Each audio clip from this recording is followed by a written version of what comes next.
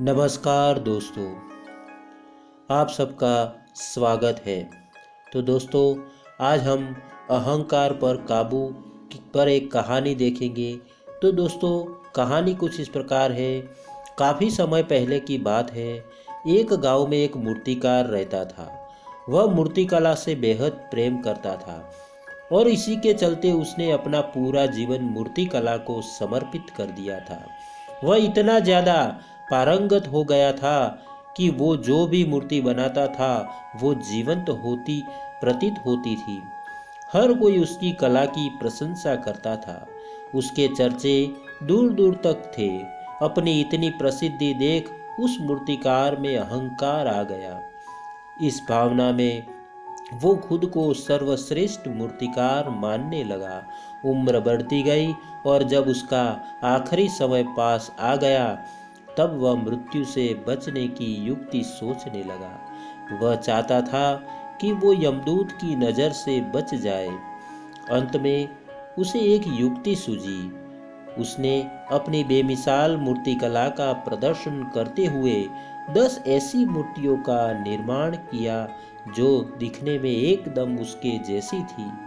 मूर्तियां दिखने में इतनी जीवंत प्रतीत हो रही थी कि कोई यह नहीं कह सकता था कि मूर्तिकार कौन है और मूर्ति कौन है।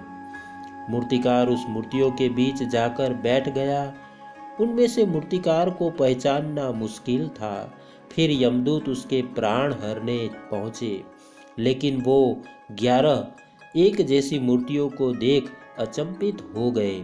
यमदूत उन मूर्तियों में अंतर कर पाने में असमर्थ था, लेकिन उन्हें यह भी पता था कि मूर्तिकार इन्हीं मूर्तियों के बीच छिपा हुआ बैठा है। लेकिन उसके प्राण हरने के लिए मूर्तिकार की पहचान करनी आवश्यक थी। नियमों के अनुसार मूर्तिकार का अंत समय आ चुका था और यमदूत उसके प्राण छोड़कर नियमों के विरुद्ध नहीं जाना चाहते थे। यमदूत चाहता तो वो हर मूर्ति को तोड़कर देख सकता था, लेकिन यह मूर्तिकार की कला का अपमान होता। ऐसे में यमदूत ने एक तोड़ निकाला। यमदूत को यह पता था कि मूर्तिकार बहुत अहंकारी है। ऐसे में यमदूत ने मूर्तियों को देखकर कहा कि यह सभी मूर्तियां कलात्मक तत्वता से और सौंदर्य का अद्भुत संगम है, लेकिन मूर्तिकार ने एक त्रुटि कर दी। अगर वो यहाँ होता तो मैं उसे बता देता कि क्या त्रुटि हुई है। इतने में ही मूर्तिकार का अहंकार जाग गया। उसने झट से बोला, त्रुटि? असंभव, मेरी बनाई मूर्तियां सर्वदा त्रुटिहीन होती है। यमदूत की चाल कामयाब हुई और उसने मूर्तिकार को पकड़ लिया। उसने कहा कि मूर्तियां बोला नहीं करती। यही तुम्हारी त्रुटि है कि तुम अपने अहंकार पर काबू नहीं पा सकते हैं। यमदूत मूर्तिकार के प्राण हरकर यमलोक वापस चला गया। तो दोस्तों, हमें यह सीख मिलती है, किसी भी व्यक्ति के लिए अहंकार विनाश का कारण है। ऐसे में व्यक्ति को अपने अहंकार पर काबू पाना चाहिए। तो दोस्तों, धन्यवाद। अगर आपको यह कहानी अच्छी लगी है तो एक लाइक और एक शेयर ज़रूर करना